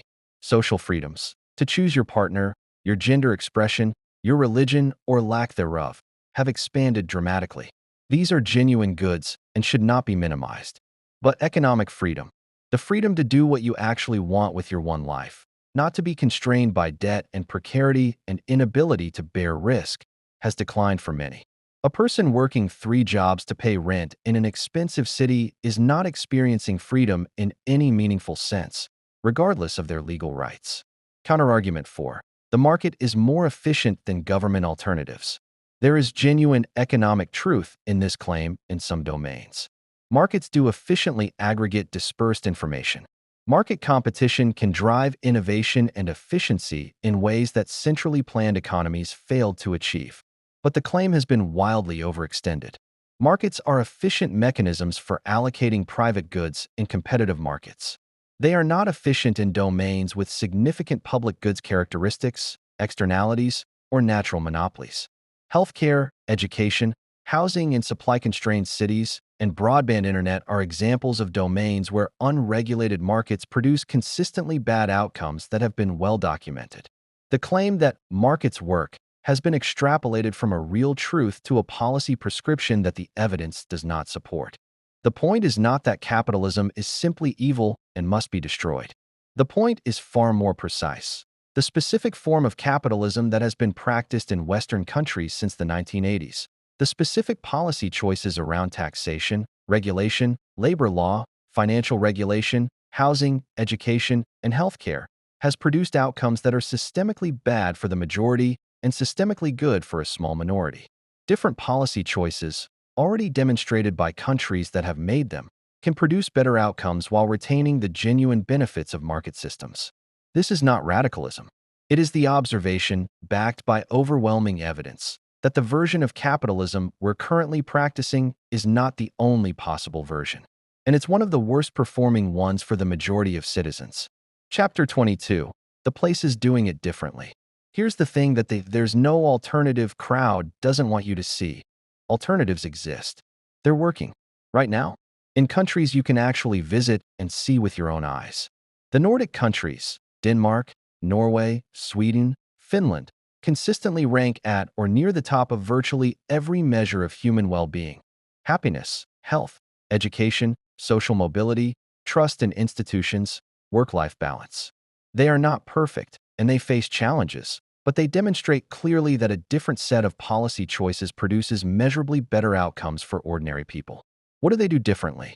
They have stronger unions, typically representing 60% to 70% of the workforce in some countries, compared to 10% in the US. They have universal health care, free or nearly free higher education, generous paid parental leave. In Sweden, parents get 480 days of paid leave between them per child. Strong safety nets, unemployment benefits that replace a large portion of previous income. for long enough that a person can realistically find suitable new work rather than just any work. Higher taxes, particularly on high incomes and inheritance. Substantial investment in public housing and childcare. And they are wealthy, not despite these policies, but in significant part because of them. High-quality education and healthcare systems are productive investments. Safety nets that allow people to take risks and change jobs increase economic dynamism. Societies with high trust and low corruption function more efficiently. The United States has the highest income per capita in the world, or near it.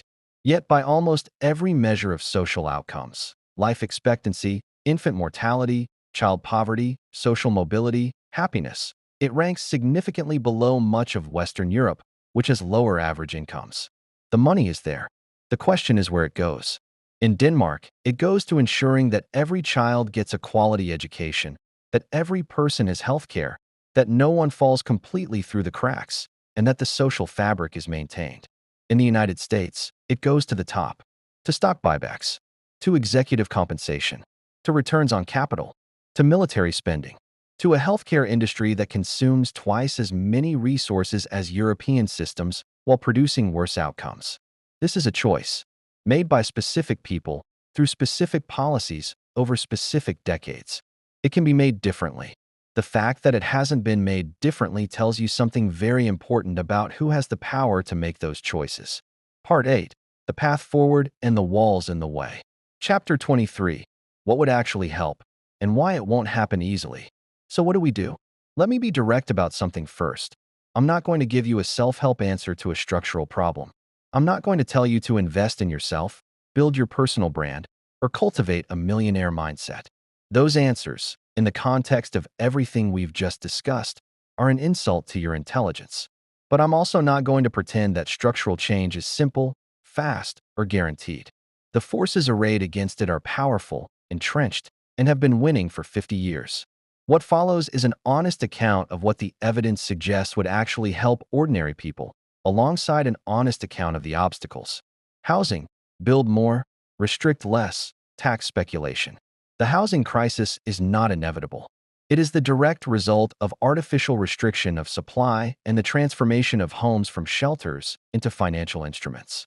The solutions that actually work are zoning reform, allow dense housing in urban areas. Many cities and states have begun this. California, Minneapolis, and Auckland, New Zealand have all undertaken significant upzoning, with early evidence of moderating price growth. More such reform, at scale, is needed. Inclusionary zoning, require that a portion of new development be affordable housing.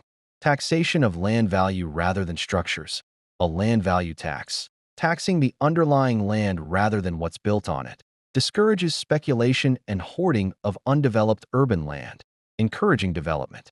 Public and social housing. Rebuild the public housing stock that was sold off in the Thatcher era and its equivalents. Vienna, Austria, which has maintained a robust social housing program for a century, has among the most affordable housing of any major European city. Anti-speculation measures, taxes on empty homes, restrictions on short-term rental platforms in housing-scarce areas, taxes on non-resident ownership. What stands in the way? The political power of existing homeowners, whose wealth is directly threatened by falling prices.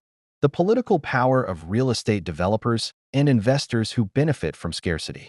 And the structural bias of democratic systems toward those who show up to vote, who are, currently, disproportionately homeowners. Education, make it a public good, not a private debt machine. The United States is essentially alone among developed nations in treating higher education primarily as a private financial transaction that students are expected to fund through debt. This is not a natural state of affairs. It's a policy choice. Rolling back tuition fees, forgiving existing student debt, and investing in public universities as the civic infrastructure they were designed to be. These are things that have been done in other countries, and that work. They require public funding. That funding can come from taxing those who have most benefited from the current system, through higher income taxes on high earners, wealth taxes, financial transaction taxes, and closing the tax avoidance loopholes we discussed. What stands in the way? The same donor class that benefits from low taxes and opposes redistribution. The political influence of private university interests and the financial companies that profit from student lending, and decades of ideological work that has made public investment in education seem radical when it is, in fact, the norm in almost every comparable country. Labor, restore the balance. The decline in union density is the single most important proximate cause of the divergence between productivity and wages. Restoring workers' ability to organize, expanding labor law protections, making it easier to form unions, imposing meaningful penalties on employers who violate labor rights, is the most direct lever available to reverse wage stagnation.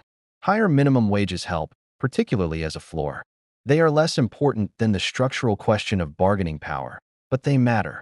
Sectoral bargaining, where unions negotiate wages for entire industries rather than individual workplaces, as practiced in Germany and much of Northern Europe, is more effective than the US/UK model of workplace-by-workplace bargaining. It raises the floor for everyone rather than requiring each group of workers to fight separately. What stands in the way? Corporations spend enormous resources opposing labor organizing. The political party that receives most of its funding from business interests has consistently blocked or weakened labor law reform. The cultural stigmatization of unions, the result of 50 years of ideological work presenting them as corruption-ridden relics of the past. Tax. Make the system actually progressive. Close the capital gains loophole. Tax capital gains at the same rate as ordinary income. Close the buy, borrow, die loophole. Tax unrealized gains at death. Implement a wealth tax, a small annual tax on net wealth above a substantial threshold, say 1% above $50 million, would raise enormous revenue with essentially no impact on the vast majority of people. Fund international tax enforcement. The offshore tax evasion documented in the Panama and Pandora Papers represents hundreds of billions in lost revenue annually. Properly funded tax enforcement agencies could recover much of this. Reform corporate taxation. Close loopholes that allow profitable corporations to pay effective tax rates of near zero. What stands in the way? The same donor class. Plus a genuine debate among economists about the effects of capital taxation on investment and growth. A debate that is real, even if often conducted with exaggerated claims. Politics. Get money out. Ultimately, most of the policy failures we've discussed are downstream of political failure, the failure of democratic systems to translate majority preferences into policy because of the outsized influence of money. Overturning or legislating around citizens united. Public funding of elections. Strict revolving door rules. Transparency requirements for all political donations. These reforms would not solve everything, but would reduce the most egregious distortions. What stands in the way? The people who would need to pass these reforms are the ones who benefit most from the current system. This is not a cynical observation. It's the core problem of political reform. Changing the rules of politics requires working within the current rules of politics. None of this is easy. None of this is fast. All of it faces powerful opposition. But none of it is impossible. Every single one of these things has been done, somewhere in the world, to some degree, with documented positive effects. They are not utopian fantasies. They are policy choices that work. The question is whether the political will can be built to enact them. And political will is built by people who understand what's happening, who are angry about it for the right reasons, and who organize around something beyond the individual pursuit of survival.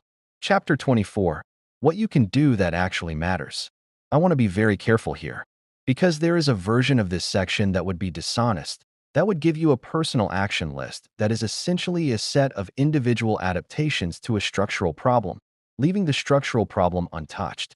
Invest in index funds. Build passive income. Learn to code. Start a side hustle. These are the answers the system wants you to hear, because they redirect your energy toward personal optimization within the system rather than toward changing the system. They're not entirely useless. If the system isn't going to change tomorrow, some individual adaptations make your life genuinely better in the meantime. Understanding compound interest, avoiding high-interest debt, building practical financial skills, these matter. But let me be honest about the limits. In a housing market this unaffordable, financial literacy doesn't solve your housing problem. In a healthcare system this expensive, a health savings account doesn't solve your healthcare problem. In a labor market this unequal, Personal branding doesn't solve your wage problem. The individual solution to a structural problem is like a bucket in a flood. It matters on the margin. It's not the answer. So what actually matters? Understand what's actually happening. Not in a vague, the system is rigged way, but specifically, know the policy mechanisms, know the history, know the data. Be able to explain clearly, to yourself and others, why housing is unaffordable, why wages have stagnated, why healthcare is broken. Understanding correctly is the prerequisite for any effective action. Talk about it. The atomization of modern life, the isolation, the shame, the sense that your struggles are personal and unique, is one of the system's most effective defenses. When you realize that everyone you know is dealing with the same structural problem, that changes the conversation. That shifts blame from self to system. That creates the preconditions for solidarity. Vote. Yes, the political system is deeply imperfect and money is too powerful within it. Vote anyway, and vote in primaries, where small numbers of engaged voters have outsized influence. Local elections, for city councils, school boards, planning commissions, are where housing policy, zoning, and local services are decided, and they are often decided by a few hundred votes. Organize. The return of union power is one of the most direct and evidence-backed paths to improved wages and conditions for working people. If you can, join a union. If you're in a non-unionized workplace, learn about organizing. If you're not in a position to do this personally, support organizations that do this work. Support political candidates whose actual policies would help. Not candidates who give the most inspiring speeches. Not candidates who share your cultural identity. Candidates whose actual policy platforms on housing, wages, taxation, healthcare, education would move the needle on the issues we've discussed. Be skeptical of divide and conquer. The most consistent political strategy used against working people is cultural division, setting them against each other along lines of race, religion, immigration, gender identity, so that they don't unite around their common economic interests. Understanding this manipulation doesn't make you immune to it, but it helps. Part 9. The Emotional Truth. Chapter 25. The Grief of the Unreachable Dream. Let's slow down for a moment. Let's stop talking about policy and data and mechanisms. Let's talk about what it actually feels like. Because if you're watching this, and you've made it this far, there's probably a reason. There's probably something in what we've been talking about that resonates not just intellectually, but in your chest, in your quiet moments, in the calculations you run in your head at 2 a.m. You work. You really do work. You are not lazy. You are not making deliberately self-destructive choices. You get up and you try, every day. And somehow, despite all of that, the thing that was promised, the decent, stable, meaningful life where you're not perpetually anxious about money, where you can give your children a better start than you had, where you can look at what you've built with something like satisfaction, that thing stays just out of reach. Maybe it's the house that you've been saving for, and the prices keep rising faster than your savings. Maybe it's the debt that follows you into your 40s from decisions you made at 17. Maybe it's the job that demands more and more while offering less and less security. Maybe it's the feeling that you're on a treadmill, moving, always moving, but not getting anywhere. And the worst part, the part that this video has tried to address, is the way the culture keeps telling you that it's your fault. That if you just had the right mindset, that if you just worked smarter, that if you just made better choices. Here is what I want you to hear, clearly and without qualification. It is not your fault. Not entirely. Not primarily. Not in the way you've been taught to believe. The dream you were sold was real at one point, in one set of historical circumstances, for one particular part of the population. Those circumstances have changed. The policies that created them have been dismantled. The economic architecture has been rebuilt in a way that makes it much, much harder for people like you to get the foothold that people like your parents or grandparents got. This is documented. This is measurable.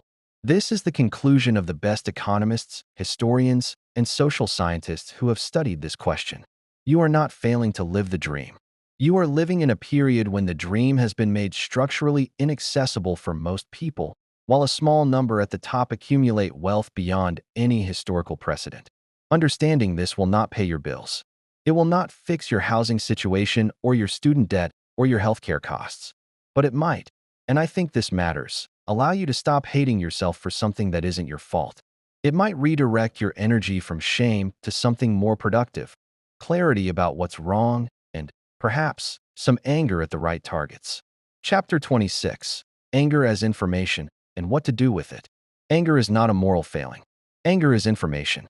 It is the emotional signal that something is wrong, that an expectation has been violated, that a harm has been done, that a value has been betrayed. The anger that many people feel about their economic situation, the frustration, the sense of injustice, the feeling of being cheated, is not neurosis. It is not weakness. It is the rational response to a situation that is genuinely, objectively, measurably unjust. The question is what you do with it. Throughout history, anger about economic injustice has been channeled in two very different directions. The first direction is horizontal, toward people in similar or worse positions: immigrants, minorities, the poor, the other. This is the direction that demagogues and the powerful want anger to go because it's safe for them. It divides the people who might otherwise have common interests. It prevents solidarity. It makes the structural question invisible by replacing it with a cultural or tribal conflict. The second direction is vertical, toward the structures, policies, and power concentrations that are actually causing the problem. This direction is threatening to those in power, which is why it is consistently discouraged, ridiculed, and dismissed as class warfare, or socialism, or naive idealism. Every significant improvement in the material condition of ordinary people in modern Western history came through organized, collective action of the second kind. The weekend, the 8-hour workday, child labor laws, the minimum wage, overtime pay, workers' safety regulations, the National Health Service, Social Security, Medicare, unemployment insurance, civil rights protections, women's workplace rights. None of these things were gifts from benevolent elites. All of them were won by organized people who understood that their individual problems were collective problems that required collective solutions, who were willing to accept the discomfort and risk of organizing, striking, marching, voting, and demanding change, who faced violence, imprisonment, economic retaliation, and sustained propaganda campaigns designed to destroy their movements. And they won anyway. Not always. Not quickly.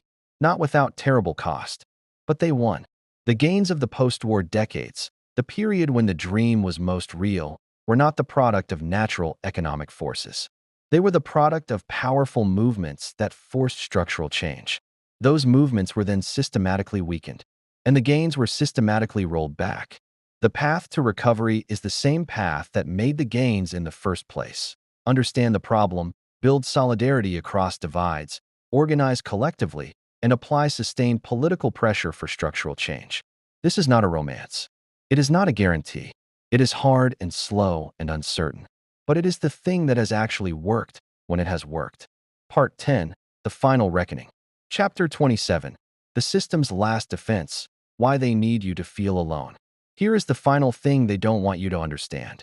The system requires your isolation. It requires that you believe your financial struggles are personal and unique, the result of your specific choices, your specific failures, your specific bad luck. It requires that you feel shame rather than solidarity. It requires that the person renting the apartment above yours doesn't compare notes with you about how much your landlord raised the rent last year.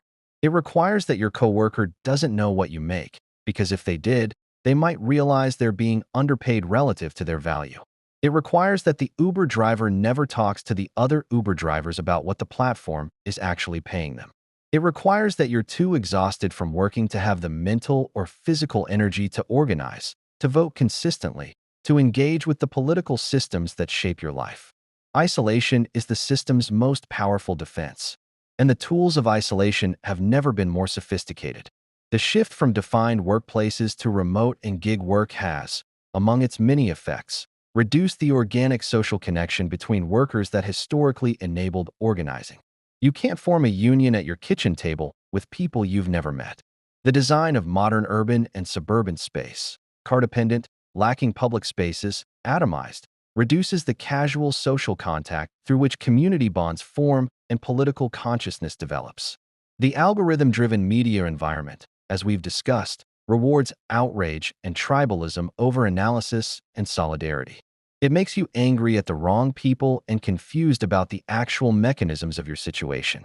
The length of the working week, for many people in precarious employment, effectively longer than the 40 hours of their formal employment, because the anxiety of precarity and the constant availability demanded by digital technology bleeds into every hour, leaves no time or energy for civic engagement.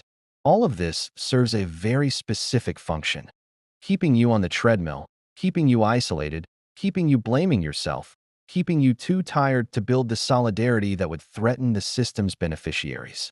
But here is what the system cannot fully control. The truth is spreading. The data on wealth inequality is now available to anyone with a smartphone and a few hours. The stories of ordinary people priced out of housing, crushed by debt, exhausted by precarity, are being told and heard on a scale that was impossible 20 years ago. The gap between the promised life and the actual life has become so large, so undeniable, so viscerally felt by so many people.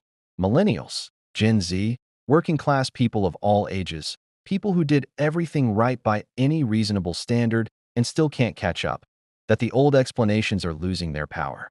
People are increasingly angry. They are increasingly angry for the right reasons. They are increasingly connecting their personal experiences to structural realities. The counterargument, maybe you should have worked harder, is becoming harder to make with a straight face when university graduates are working multiple jobs and can't afford to rent without roommates into their 30s. The counterargument, the market will take care of it, is becoming harder to make when the housing market has been demonstrably broken for a generation. The counterargument, government can't solve these problems, is becoming harder to make when the Scandinavian countries, which use government to solve exactly these problems, consistently produce better outcomes on virtually every measure of human well-being. Chapter 28, The Dream Worth Fighting For. Let me end with something that isn't false hope, because false hope is just another trap. There is no version of this story where everything gets better easily or quickly. The forces arrayed against change are powerful and have been winning for 50 years. The political systems of the Western world are deeply distorted by money. The media systems amplify the status quo. The psychological systems, the self-blame, the meritocratic illusion, the manufactured aspiration, are deeply installed in most people. Change, if it comes, will be slow. It will be contested. It will be partial, messy, imperfect. Gains will be followed by backlash. Progress will be uneven. And individual people, you, specifically, the person watching this, will still have to navigate a difficult economy in the meantime. You will still have to make decisions about debt and work and housing and health in a system that is currently, structurally, working against you. Here is what is also true. The dream itself, the actual, original dream, was not wrong. The idea that any person, regardless of the circumstances of their birth, should be able to work hard and live a decent life, should be able to expect that their children will have better opportunities than they did, should be able to get sick without going bankrupt, should be able to learn without spending their life in debt, should be able to find meaningful work and be paid fairly for it, should be able to retire with dignity. That dream is not impossible. It is happening, right now, in other countries. It has happened before, in this country, under different policy conditions. It is not the dream that is wrong. It is the policies, the specific, changeable, historically contingent policy choices that have made the dream unreachable. And policies can change. They change slowly, through democratic processes that can be captured and distorted but not permanently closed. They change when enough people understand clearly what's wrong and why, and organize patiently and persistently to make things different.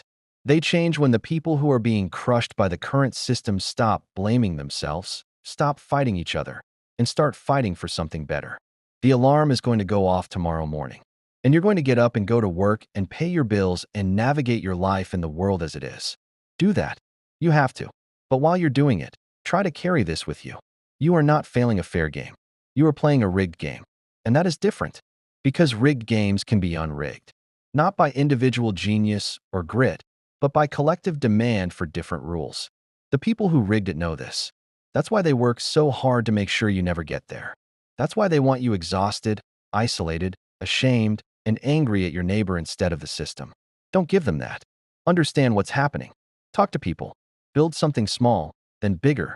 Vote in every election you can. Support candidates and movements and organizations that are actually fighting for structural change. Be patient with the scale of the problem. Be impatient with the pace of the response. And most importantly, know that you are not alone. That the feeling in your chest, that quiet, grinding, reasonable feeling that something is wrong, is not neurosis. It is clarity. The world you were promised is possible. It just has to be fought for. And the fight starts when you stop blaming yourself for the crime of someone else's greed. Epilogue. Numbers that should make you furious. Before we go, some numbers. Just let them sit. The world's 2,668 billionaires have a combined wealth of approximately $12 trillion. That is more than the combined GDP of every country in Africa and Latin America.